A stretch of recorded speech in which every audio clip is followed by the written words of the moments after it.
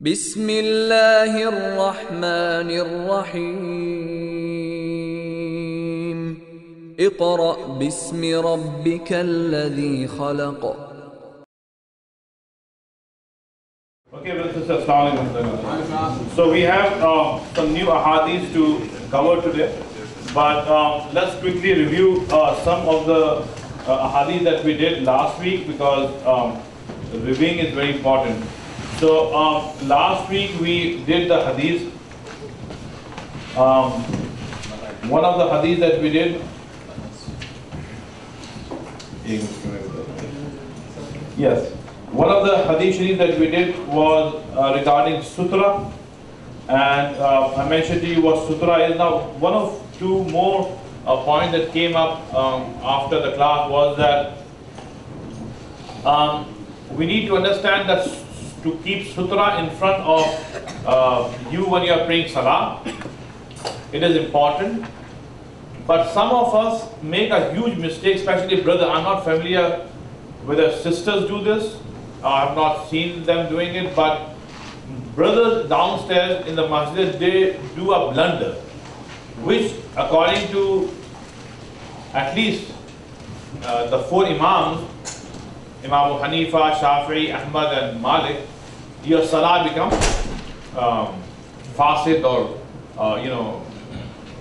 invalid. Yeah. And that is that you cannot walk in salah. You cannot walk in salah, right? And that is that if you take 2 steps or more, your salah is fasid. Okay? Now what many brothers in the masjid downstairs do is that after the imam finishes the salah, and let's say some brothers came late and they missed 1 or 2 rakah. So when the imam says Assalamu alaikum wa rahmatullah, Assalamu alaikum wa rahmatullah, they stand up, and what they do is that they take 1, 2, 3 steps, right? And they go in the first saf. Okay? And they continue their salah in the first saf. Now why they do this? They do this because of sutra. Because the wall is sutra. Okay? Now this is completely nonsense. You cannot do this. Because when you walk in salah, that is called amal kathir. This is an act which is too much. So that will make your salah fajr. What about closing the gaps in the prayers in the jama'ah? Yeah, closing the gaps. Now, closing the gaps, yes, that is wajib. That is why the Rasulullah. Now, most of the time, the gaps are what? Few inches apart? If somebody leaves, if somebody leaves, let's say somebody is praying, his wudu is For that, Rasulullah says, Saddul Khalal. That if there is khalal, meaning if there is open space in the saf, let's say somebody's wudu broke and he left to make fresh wudu. Now there's a gap, right? For that, you have to make. But remember, in that also you are filling up the gap. You are not breaking the saf by going ahead. You are going sideways. Okay? So, plus that is the hukum of Rasulullah to Saddul Khalal. But here what I'm talking to you is that the salah is finished. The imam has finished the salah. You are walking on your own. Taking 2, 3 steps and going further. For what? But there's nothing that Rasulullah has said on this topic. So this is amal kathir. So according to the 4 imams, I was checking, according to the 4 imam, if you walk in salah, your salah would break. So remember that sutra, to keep sutra is not wajib. It is recommended. But if you make it wajib, then you are adding something which Rasulullah did not mention. Right? So this is something that some people do it, and this is completely wrong. Some people start reciting Quran loud when they stand after Imam, like say they are missing 1 rakah. When they stand, they start. All of these things are nonsense, I would say. You should not. There's one brother who says Allahu Akbar Yeah, after the Imam, and he says it 3-4 times. 7. Yeah, I mean he has a problem. He said Allahu Akbar, Akbar, Akbar. He keeps on saying it. He's mentally challenged. Yeah, I think so. He's but you know yeah, he's mentally challenged. So he disturbs the. So, and when the Imam says Assalamu alaikum, he says Assalamu alaikum. So very few people want to stand next to him. Yes. Now, when there's just two of you praying salat, you're supposed to pray side by side, right? With one calling adhan and the person leading prayer. Then if a third brother joins, you all have to I've been told you're supposed to rearrange. Yeah, that is right. That's acceptable. Yeah, that is acceptable. That is acceptable. That is part of salah. Okay. Actually, you can touch the. Yeah, let's say you are praying with another brother, he's the Imam, you are the Muqtadi, there are only two of you, so you have to stand with the Imam but one step behind. Okay? Let's say a third person came, right? So you should tap the shoulder of the Muqtadi, not the Imam. Sheikh, if there is no space. The Muqtadi, right? Then the Muqtadi should understand that another brother wants to pray. So you should not look behind, you know. I mean, you should not look behind and then come back. It is understood that it is being that brother is tapping your back for this reason. Okay.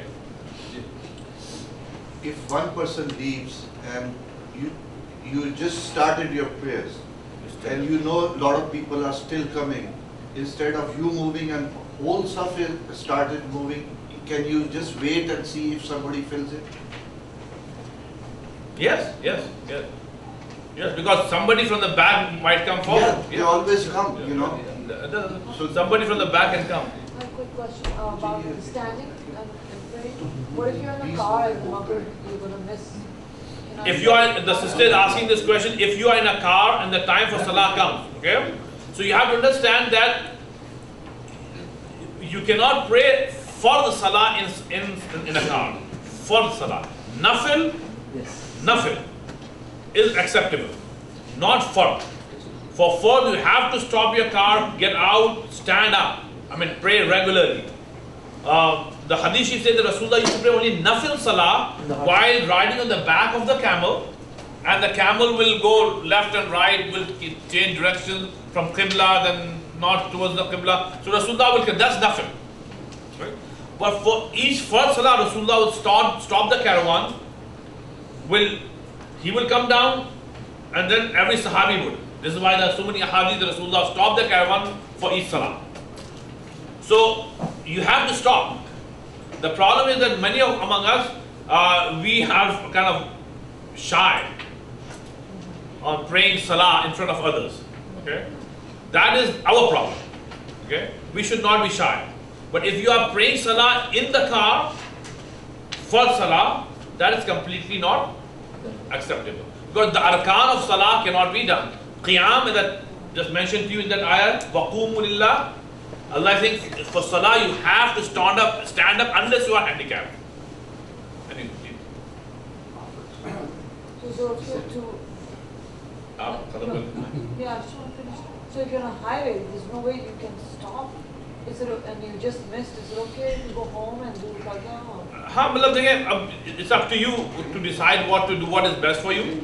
But in the US, I think the scenario is different because you can take any exit and you can get off. When I am driving, right, I just wait for a rest area, proper rest area, where there's security and everything, and pray salah there. It all depends upon you because in this country, nobody bothers you. We have some fear or some shyness. But if you are praying salah, nobody will come and bother you. They will say, well, he is doing something, and they will walk away. I remember I told you some time ago, we were going to Canada and West Virginia. I stopped, took an exit to pray salah. And when I was in salah, it was a Burger King parking lot. I was praying salah and my wife and took my daughter to the restroom, and I was out and Okay. Okay. So so it was me, Yusuf, and Yunus, right? So Yusuf and me were praying Salah, and Yunus was there. Homeless guy, right, came walking, and he saw me doing something, doing something. So I was praying Salah, he came and he was like this. And so he said, well, it is a funny way to worship God, I have never seen this. I said, that's your problem if you have not seen this. I've been praying this way all my life. So you know, if you pray, there's nobody who would object to you. Some people might find it strange, but it's up to them if they are finding it strange. Yeah. Long journey through the flight. What is this? Completely wrong? Yes. Prayer, long journey through the flight. You don't have 14, 15 hours. So we mentioned that in Kitab al-Wudu that if you are flying, right? If you can pray Salah standing, if it's possible, right? If it's possible without bothering the passengers or causing hindrance to the air hostess and all that. So you can pray standing. There is no need to give too much trouble to the passengers and the crew. You can pray sitting, right? But when you reach your destination, you have to underline, when you reach your destination, you must repeat it. You must repeat it. Okay? So this is what it is. Okay. So this is one. So talking about so amal kathir, any act that you do which is too much, right? That breaks your salah. So walking after the imam had finished the salah, going closer to the wall, that is amal kathir. And Rasulullah sallallahu alaihi wasallam have never, in no hadith had he told us to do this. Similarly, amal kathir also means any act that is considered too much. For example, you are praying salah, your brother, sister, anybody in the family, he asked you a question. That's it, you know, and you are praying salah. If you nodded your head, that is amal kathir, because you are talking to somebody without using words. That is amal kathir. Allowed or not allowed? Not allowed. Okay? So that is not allowed. Similarly, if somebody is doing something wrong and in salah you cannot say that is conversation. Yes, the only exception is that if somebody's life is in danger and you are engaged in salah, let's say a snake came in, or a kid is going towards something that might harm or hurt that kid, or you know, so in that case you can completely break your salah. Break your salah, attend to that person who is in danger, and then continue your salah. How you break your salah? Just and break your salah, and then take care of that problem, make sure that that person is safe, and then continue your salah. Restart. I'm sorry. Very good. Restart. Hafiz sir, if your children, you can keep your eyes on? No. If your kids, you know. In salah, no. Brother, in salah you can do only one thing. Pray salah. You cannot keep your eyes on your children and all that. Okay, so let's continue. So we did all that. Now, new hadith. Now the first hadith is by Abu Salma. Abu Salma says that Aisha radiallahu anha, the wife of Rasulullah, said, I used to sleep in front of Rasulullah sallallahu, and my legs were opposite his qibla. And in sajda, Rasulullah sallallahu would push my legs and I withdrew them, and when he would stand up, I stretched them. Aisha radiallahu anha said, in those days the houses were without lights. Okay? So imagine this is qibla, Rasulullah is praying salah, and Aisha radiallahu anha is sleeping right across from Rasulullah sallallahu. Okay? The room was very small, you see. So Rasulullah sallallahu will pray salah while the legs of Aisha radiallahu anha are at that place where Rasulullah is going to make sajda. So when Rasulullah is standing, the legs of Aisha are there. Rasulullah sallallahu didn't bother. But when Rasulullah will go for sajda, Rasulullah will tap her leg and she will fold her legs, and Rasulullah will make sajda at that place, right? And then he will, when he will stand, Aisha will stretch her leg again. Okay? So this hadith proves few things. One is that touching your wife in the state of wudu does not break your salah. That's number one. Number two is that if somebody is sitting in front of you or laying down in front of you, you can still pray salah. Okay? Because here the issue of sutra will not come. Sutra issue means when somebody is walking across you when you are praying salah. Here Aisha radiallahu anha had no other choice but to rest there, sleep there. You see? I mean, their house was not like your house, huge bedroom. Right? So you know, so the issue of sutra will not arise. If a kid crawls in front of you, so can you pick the kid and put him on the side, or when you have to put do sajda and yes, if kid is right there with at the time of sajda, if that your kid is sitting right there, then yes. Then yes. So okay, the next hadith is again by Aisha radiallahu ta'ala anha. She says that I was lying like like a dead body on his family bed between him and his qibla. Actually, the word is used, family bed. You know, brother, what was the bed? There was no bed. It was just the palm fiber. Yeah. Palm fiber. Yeah, fine fiber mattress. You know. It's not temporary. Yeah. Yeah. So, and she was saying that I was lying like a dead body, meaning I was sleeping, and Rasulullah ﷺ would pray, and I was between Rasulullah and his qibla, so that is acceptable. That's fine. So Rasulullah ﷺ, in another hadith, you said Aisha was lying. Rasulullah ﷺ prayed while Aisha was lying between him and his qibla on the bed on which they used to sleep. I mean, so this means that you can pray salah on the bed on which you sleep. Okay? But you have to make sure that the bed itself has no najasa on that. It is clean. Okay? So that is important. Now the concept of having a janamaz or musalla, okay, that is important. Remember last week we covered a hadith. It was I think last week where Rasulullah went to Sahabiya's house, and Rasulullah ate, and then Rasulullah said, okay, let me pray salah. It was nafil salah. So Anas said that I went and I cleaned a carpet, a small piece of carpet. I washed it and brought it, and I spread it. And Rasulullah prayed salah on that piece of carpet. So that piece of carpet is like janamaz or musalla that we have. So that just, it is better. You know, although it's not must, you can pray salah on bare ground, and that's fine.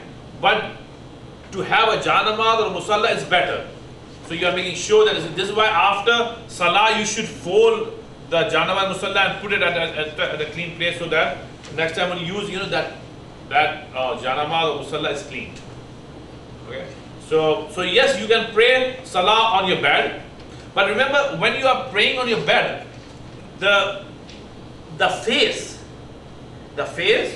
should not go deep on that mattress. It should be it should be firm. Yeah, it should be firm. Because if your nose and forehead is going deep into that mattress, your sajda is not still. So sajda, the place of sajda should be flat, right? So that your forehead and nose, right, is like firm. Now here the bed was not a mattress. It was a ground. Only a very small, thin piece of carpet was there. Yes. If you pray on a grass, yeah, then should you grass is fine. Right. Or should you go all the way down, or just Yeah, all the way down. What do you mean? I mean, you said that not to, if that grass is too much in the park, sometimes we No, grass is fine. That's part. That is part. That is part of earth. Okay. The next hadith sharif is that Anas Ibn Malik says that we used to pray with Rasulullah, and some of us used to place the ends of the clothes at the place of sajda because of scorching heat. So you can do that. Okay. In our masjid, in US especially, you will not find such instances. Okay. But let's say if you are praying on Jummah and you got a place outside the masjid, it's hard. Sometimes it's hard because especially the summer days are coming, it gets hard. So yes, you can put an extra piece of cloth at that place where you do sajda, so that your nose and forehead will not burn due to heat. So the Sahaba used to do this, and that is fine. Actually, brothers and sisters, the place where you stand up for salah, that has to be clean, and the place where you make sajda, that has to be clean. So that area, I would say how much? 2 feet? Well, it depends upon how tall you are. 2 or 3 feet. That has to be clean. That's important. So next hadith sharif is Sa'ad ibn Yazid al-Yazdi says, I asked Anas ibn Malik whether Rasulullah sallallahu alaihi wasallam had ever prayed with his shoes on. He replied yes. Some of you think that it is not, or used to think that it's not right. See, with your shoes on, that's fine, provided that the shoes are not clean, are not najis, they are clean. If there's any form of najasa, then you have to take them off. Now, of course, when you are going into the masjid, you have to take them off. And I'll come to, for example, when Musa ﷺ was called by Allah subhanahu wa ta'ala, yes. So Allah subhanahu wa ta'ala said, فَخْلَعْ نَعْلَيْكَ إِنَّكَ بِالْوَادِ الْمُقَدَّسِ طُوَى. Take the shoes off. Oh Musa, take your shoes off. نَعْلَيْكَ إِنَّكَ بِالْوَادِ. You are at a place which is muqaddas. Muqaddas Tuwa, and the name is Tuwa. So this shows that all the masajid are muqaddas, right? So you cannot walk with your shoes on inside the masjid. So of course you have to take your shoes off outside the masjid, right? So to walk with your shoes on in the masjid, that is completely not acceptable. Number one. Number two thing is that when you are engaged in salah, right, outside the masjid, right, you have an option either to pray salah with your shoes on or to take off your shoes. If you think that there could be some najasa, right, then take them off if you're not sure. If you are sure that no, I don't think it's, let's say you went to the restroom with your shoes on at your office, at some public restroom. That does not mean that your shoes are najis. Let's say if there was najasa when you went to the restroom, right, and you walked with your shoes on in the restroom. But the thing here is, if that najasa had dried, that's acceptable. You can pray salah with the shoes on. Okay? How about in the home? In the home? In the home, without any reason, why would you pray salah with the shoes on? If there is a valid reason, sister. I've seen sometimes somebody come in my house visitors. They didn't go with their shoes. When out of kahili, I mean, some people just, just too lazy to take their shoes off. That's not right. At home, you have to take your shoes off. Yes. So, in Salatul Janaza, there is no harm in having your shoes on in Salatul Janaza. Because Salatul Janaza is not a salah itself. Salatul Janaza is a dua. You are making dua for the deceased. So if you can pray salah with your shoes on, no problem. Okay? I had the question that you mentioned that when Allah Ta'ala asked Musa to take the shoes off, that was just a outside. Yeah, but Allah said, "Innaka bil wadi al muqaddas." They can look at the next ayah. Allah said, this wadi is muqaddas, is sacred. Valley. Yeah. That wadi, that valley, Allah is saying is muqaddas. So respect this by taking your shoes off, because Musa alayhi salam was traveling, and he was traveling for several weeks. Huh? So that's what Allah subhanahu wa ta'ala said. Which valley was that? Huh? Which valley was that? Allah Molu. Allah Molu. We do not know. Because it was in some jungle, we do not know. So, the nature of Quran is that Quran does not talks about places. Where did this thing happen? Allah did not give us any map or any. For example, look at any story in Quran, any story, right? And dates. Huh? And Tariq also. Yeah, or dates or place. Allah said, forget about it, because our Ajami, the non-Arab brain is different than Arab brain. Ajami meaning non-Arab, they all instead of looking at the real message, we go into undue, unreasonable details, and that is when, how many. Allah says, forget about all that. Look at the message. Okay? So for example, Allah talks about Yusuf alayhi salatu wasalam. Allah said, "Nahnu naqussu alayka ahsan al-qasas." I'm going to tell you in this surah the best story. Right? When this happened, best story. Allah is saying ahsan al-qasas, but when did this happen? Where did this happen? You know, the names of the brothers of Yusuf alayhi salam. Allah said, not forget about all this. Look at the message. Ajami.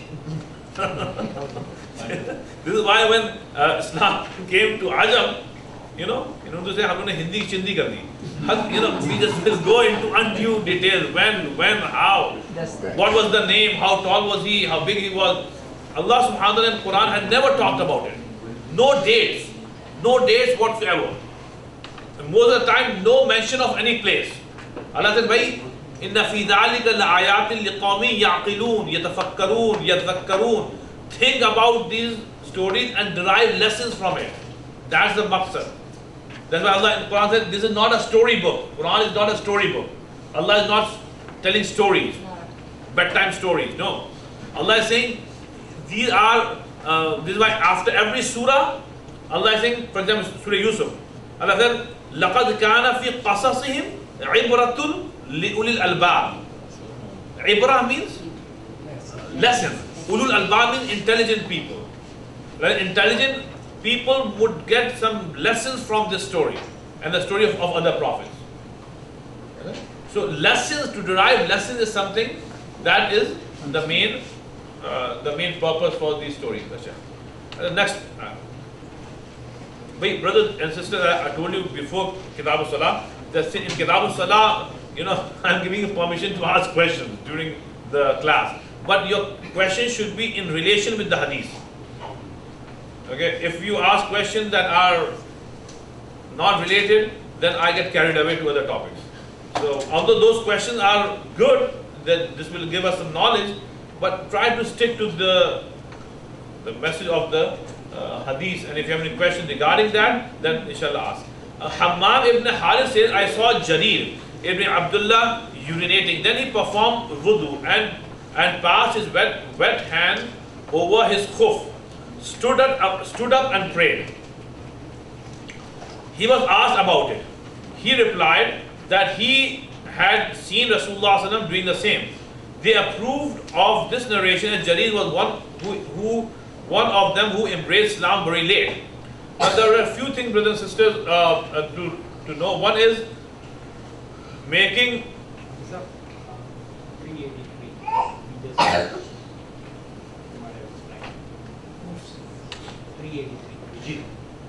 हो गया ये हो गया right? So now there are few things here. First thing is that doing masa over khuffain. And brothers and sisters, please, first is look at the word khufan. Khufan means, or khuf here it says, khufan means leather socks, not shoes. For shoes, the word is na'lain. Here they're talking about khufan. Khufan means shoes. Sock, not shoes. The problem is that many among us, and I have seen this in US, not in India, here I've seen people doing masa over their shoes. And they say that, it doesn't matter whether shoes or socks. That's completely absurd. Because here the word is khufan, which means socks. Okay? And that also leather socks, not nylon or cotton socks. Should be leather socks. Okay? So if you are wearing leather socks, right, you can do masa over them. But if you are wearing cotton or nylon socks, they are not khufan. So you cannot do masa over them. Number one. Number two thing, brother, that we need to remember is that there are many scholars, especially Yusuf Qaradawi, Sheikh Yusuf Qaradawi and others, who have given, I think Maulana Maududi also had given a permission to do masa over cotton or this, according to majority of the ulama, is wrong. Because khufan means leather and only leather socks. So there are long articles written by our scholars on this. Mufti Taqi Usmani Sahib rahimahullah and his dad Mufti Shafi Sahib rahimahullah have written a lot on this, because it has to do with your wudu, and wudu has to do with your salah. So you have to be very, very cautious. So you have to understand that you cannot take chances. Let's say an alim like Yusuf Qaradawi has given permission, and majority of the scholars have not. So in salah, whatever majority of the ulama say, go with that. Do not go with exception here. Okay, which alim has said here is okay. Okay, so it has to do with salah, so we have to be very cautious. Now, second thing is that what was the next one? Huh? There was another point. Yeah. You have to do wuzu before. Like if you have not done wuzu before, you just made it simple. You have to make the wuzu. It's simple. Yeah. I mean, of course, you have to be in wudu. I think all of you know the masail of khufan. Let me tell you one thing is that you have to make wudu, right? And then put on the leather socks, right? So for 24 hours, right, you can do masa over it. You don't have to wash your feet. Where do you get these leather socks? Where can you get it? Sister, the best thing is to go online and on Qazi.com, K-A-Z-I, they sell it. You go on Iqra, I-Q-R-A, they sell it. And there is halalco.com. In fact, the best place is Halalco. They are a little bit expensive than Iqra and Qazi, but halalco.com, Virginia, they are very competent. They just ship it right away, and so all these places you can get it. So, and if you are traveling, and you have your leather socks on, so you can do masa for 3 days. If you are musafir, right? If you are musafir, then you can do masa for 3 days. But if you are muqim, local, then you can do masa for 24 hours.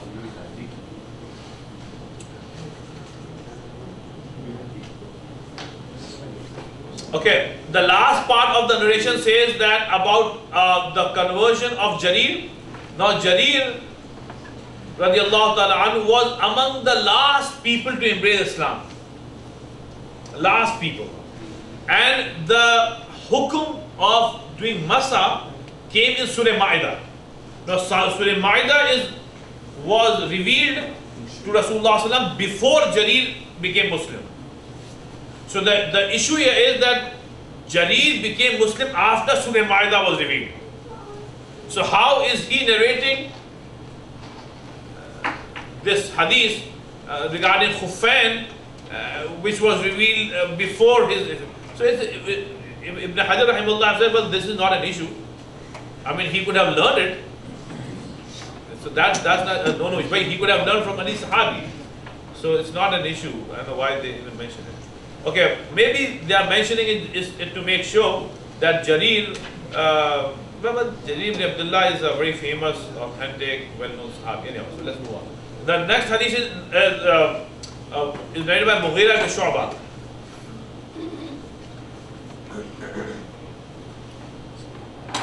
Yeah, Mughira ibn Shu'bah says that I helped Rasulullah in performing wudu and he passed his bad hand over his khufan and prayed. Next hadith sharif is by Abdullah ibn Malik. He narrates that Ibn Buhayna said that when Rasulullah prayed, he used to separate his arm from his body so widely that the wetness of his armpit was visible. Now here, this has to do with sajda, brother and sister. Now, if you can look at here, brother, when you are making, let's say this is the ground, right? When you make sajda, what you do is that, see, in sajda, the first thing that you have to do is that, your knees should touch the ground first. Don't go like this. Your knees should touch the ground first. Whatever is closest to the earth should touch the earth first. That is the qaida. Whatever is closest to the earth should touch the earth first. So first knees, then your palms, then your nose, then your forehead. Nose, forehead. Okay? So let's say this is the ground, right? And now I put my knees first, then my nose. Okay? Hand. Sorry. Then my hand, then nose, and then my forehead. Now, after putting these organs, now how to stretch our arms? So the hadith says, if you are praying alone, then you should stretch your arms like this. Like this. It became a habit. But if you are praying with Jamaat, don't fight. But that person will be fighting with you as well. So in that case, keep your arms to yourself, like this, like this. So then whoever goes first in sajda gets. Yes, so that's why, so you cannot reserve, that no, this, then you cannot have Jamaat. You cannot have shoulder to shoulder, that will be huge gaps. Okay? So the taller you are, the more you stretch. So here this hadith sharif is talking about that time when Rasulullah prayed alone. So when you are praying alone, again, brother, sister, I'll show you. Then you can stretch your arm like this. Okay? That's fine. How much of it leg? Leg, how much? Leg abhi aata hai. The leg thing is coming. Okay, now the second thing is, brother, the second thing is the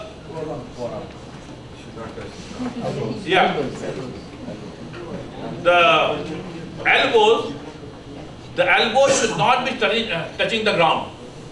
The elbows should be up in the air. What the sisters on this way? The elbow should not be touching the ground. Second thing, brother and sister, is when you are in sajda, now this is serious, so please pay attention.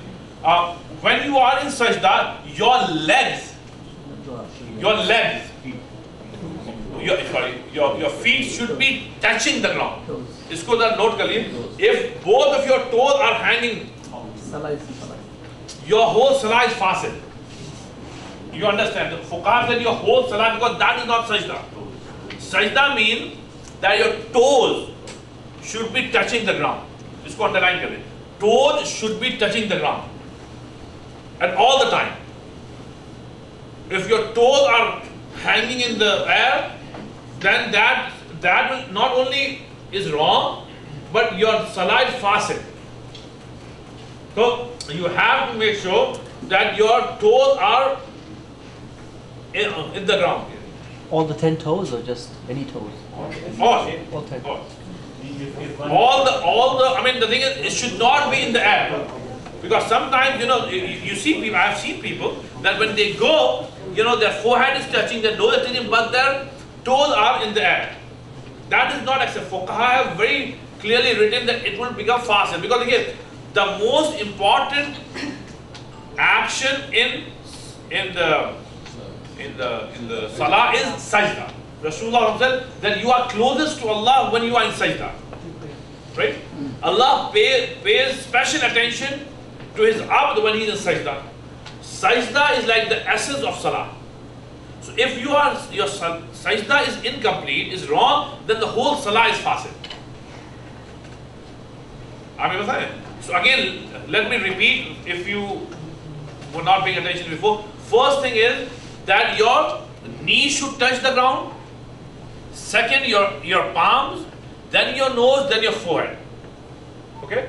And make sure that the toes are still in the ground throughout the duration of both sajdas.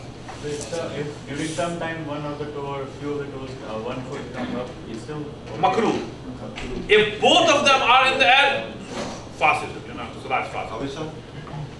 Somebody corrected me yesterday, your fingers should be pointing straight, not like this. You showed us. What? All 5 should be like this. So it's like your hand fingers or yes, left? hand finger. Hand finger. Yesterday somebody corrected. Towards the qibla. No. But people have to open our fingers like that. It should be. No. He said to me, close like this. That brother is back from Pakistan. You know who I'm talking to. Go on.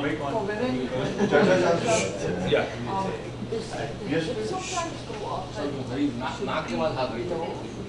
Sister, if you can hold on, I'm coming to that, because the woman salah is a little bit different, so I want to address that. It is coming, inshallah. So now, you cannot touch all 5 toes. So you have to put the best toes as you can. The other thing is, when you go and touch your nose first, you can break your nose sometimes. So if you put your forehead first, then nose is, I think that should be okay.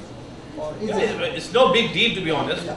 But the thing is that whatever is closest to the earth, so if you feel that you might hurt yourself by putting your nose close, no, it's safer. It's safer. That's not a big deal.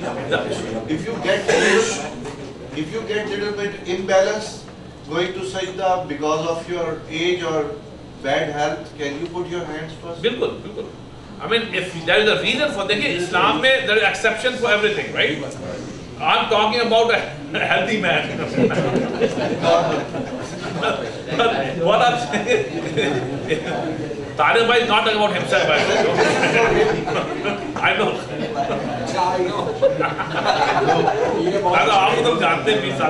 Yes. Well, isn't it a hadith that Rasulullah used to pray with his hand and his fingers spread out? Yes, yes, so that's like the hand should, the fingers, right, should be spread. In ruku, so you hold your knee. अभी आप लोग रुक जाओ, आप लोग बहुत तेज हैं. Everybody hold on. आप रुक जाओ बेटा, एक minute. All of this is coming. So let's take one thing at a time. So the next hadith sharif, but the sajda part, sister, is very important, and we should be very careful the way we make sajda. Okay, and because that's the best part of salah, so that should be very done. I told this to one brother, old brother, so I saw him making sajda with his feet in the air. I said, brother, he said, after nobody told me. I said, brother, don't blame everybody. You know, you will go in your grave alone. You cannot blame upon others that my salah was wrong. You have to learn. Everybody has to learn. You know, so we have to learn. So, anyhow, so let's move on. Now, the Anas ibn Malik said that Rasulullah said, whoever prays like us and faces our qibla and eat our slaughtered animals is a Muslim and is under Allah and His Rasulullah protection. So do not betray Allah by betraying those who are in His protection. what it means, brother and sister, is that you cannot call a person kafir just because he is not praying salah. Okay? You cannot call a person kafir just because that person is not praying salah. So what Rasulullah is saying is, if a person is not making sajda to Allah subhanahu wa ta'ala, but that person is saying, no, I am Muslim. Yes, I don't pray salah, bad, but I am Muslim.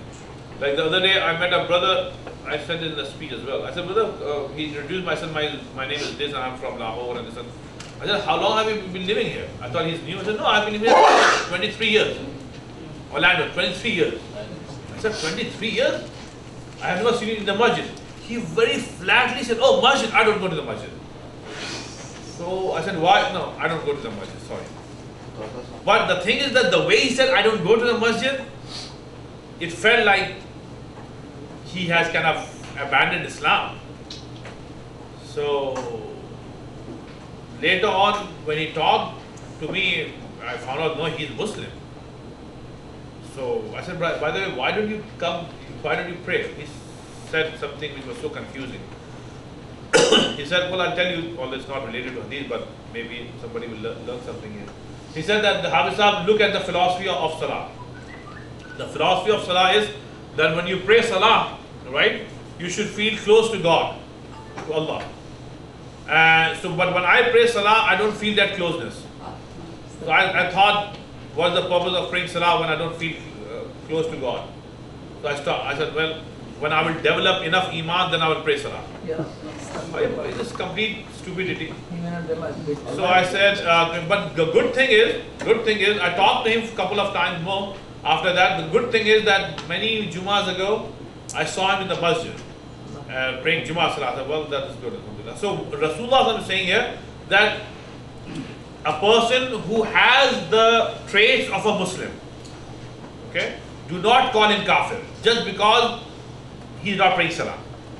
So here Rasulullah said, a person who fails our qibla, a person who slaughters, who eats the halal meat, I mean, if he has those traits of being a Muslim, do not hasten to call him a kafir. You know?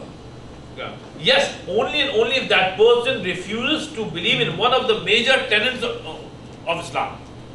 If he says that, yes, I don't believe in this, then that person could be a kafir. Then even if he's praying Salah, will not count, because the first thing is Iman.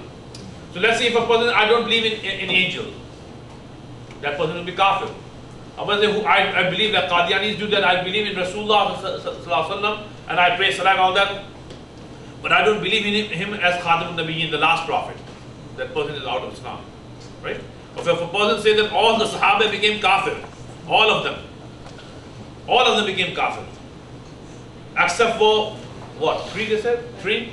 So that person is out of the fold, because that contradicts Quran completely. When Allah said, radiyallahu anhu wa radu an. So now he said, no, Allah here is wrong. All of them. So that person is out. So if a person says something that is against Islam, then that person is kafir. Otherwise, we have to give benefits of doubt. Remember that. Benefits of doubt all the time to a Muslim. Somebody tells you that Hududullah, the Shariat of Allah is not practical in this age and stage, and they are Zalmana Khabibs. They are what? Zalmana, you know. ये सजाएं जो हैं अल्लाह की ये ज़ालमन है. So you still call him a Muslim? 2 things. The first thing is okay. I mean, that acceptable. Second one is not. The first comment is that it's not applicable. Okay, right? So yes, many of the hudud are not applicable. That is understood. Second is that the law of Allah Sharia is based on zulm. Now that will take a person away from deen. The first thing, Nasir bhai, is acceptable because in US, for example, you cannot act upon it. In Muslim countries. Oh, Muslim countries. No, that is wrong. If he's talking about here, then yeah. In Muslim countries, yes, why not? The Sharia is based on. मैं आपको बताऊं, you know, brothers and sisters, I think all of you are following what's happening in India. That rape case. How many rape cases? People are animals. I mean, I have been to India, brother. I used to love my country, but not anymore. I'm telling you this. Good. Last. Well,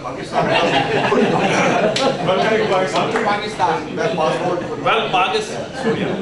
Okay, no, it's not India, Pakistan. Let's talk about the culture. Okay, to be honest, I don't love my country because the last 24 months I have been there 5 times. So 4 times. And I have some horrible experiences there.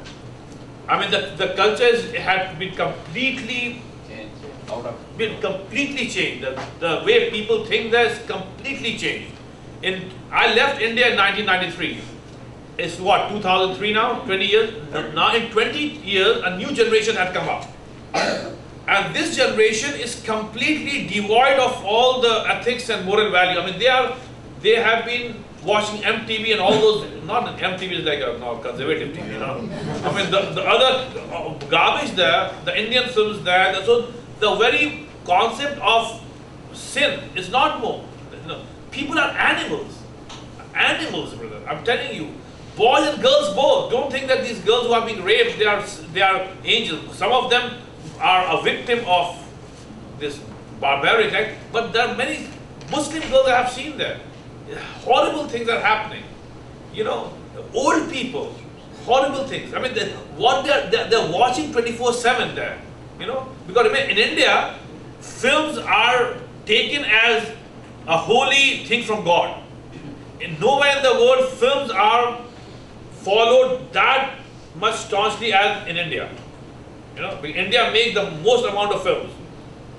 Now across the board, people watch it 24/7, and what is being depicted, you know. So you're talking about 25% of the world population living in one country, India. 1.3 billion people. When that culture had been tarnished, finished. So this culture that is happening in India, you know, I remember me and my wife and my kids were coming from Lucknow to Delhi in the Shatabdi Express. It's a very five-star train. What we witnessed in these 5 hours, the Hadith Sharif does, I cannot tell you what we witnessed between some students, boys and girls, that I have not seen that in US. I mean, my eyes were, I was shocked. But only I was feeling uncomfortable. They're all very comfortable. But the rest of the passengers were comfortable. They were enjoying it. I was thinking to my wife that what has happened to India? So what you see in India, but anyhow, so coming back to the issue, the hududullah that Nasir Bhai raised, the hudud of Allah, my dear brothers and sisters, now people are coming back to the issues of unconditional liberty to women. The way, because I think which Hindu leader the other day said that one of the issue is the way women lately in the last 15 or 10 years or 12 years have been dressing up, right? You know, who said that about it? And these Hindus who after him, who said that? One of the religious leaders. One of the religious leaders said that. Who said that? He's a really big Hindu. Oh my God, everybody, all the women organizations and these actresses and these models and all, they were like, you know what, this guy is nuts. And he said, what nuts? Gadkari, right. That RSS, he said, I'm not, he said, look the way our women used to dress before, whether sari or shalwar, and look at the way these girls who are born less 20 years ago or something, look the way they are. I was in Bombay for 18-20 hours. What I witnessed, I said, oh my God. I was driving through that, Marine Drive, after Bombay. Marine Drive, I saw some things openly. It was unbelievable. No, don't take me wrong. I'm not taking the side of men. What is wrong is wrong. But what I'm saying is that the whole culture has become such. I'm not saying what happened to this girl or happening to girls every day in Bombay and elsewhere is right. It's completely wrong. But what I'm saying is that the whole culture, that's why I'm saying that I don't take side with India anymore, because the culture is stinking. In Pakistan too, one of the Prime Minister of Pakistan said ये जालमाना style ये So, इस्लाम की जाल so that's not the so inshallah I'll stop here, brothers and sisters. So coming back to the hadith sharif, the issue here was that you cannot call a person kafir. You cannot call a person kafir until that person says something that is against the tenets of Islam, the belief of Islam. We must give benefit of doubt to one of the alim, a faqih wrote that if 99.9 things are pointing towards a person's kufr, but 0.1%, there is some room of a second thought, then give it a second thought. Do not call that person kafir. So please, we should not remember that hadith sharif that Rasulullah said, if you call a person kafir and he is not, then this kalima will come back upon you. Meaning, you will become kafir. So it's not our job to call people kafir unless something is very obvious. رب زدني علما ألف لام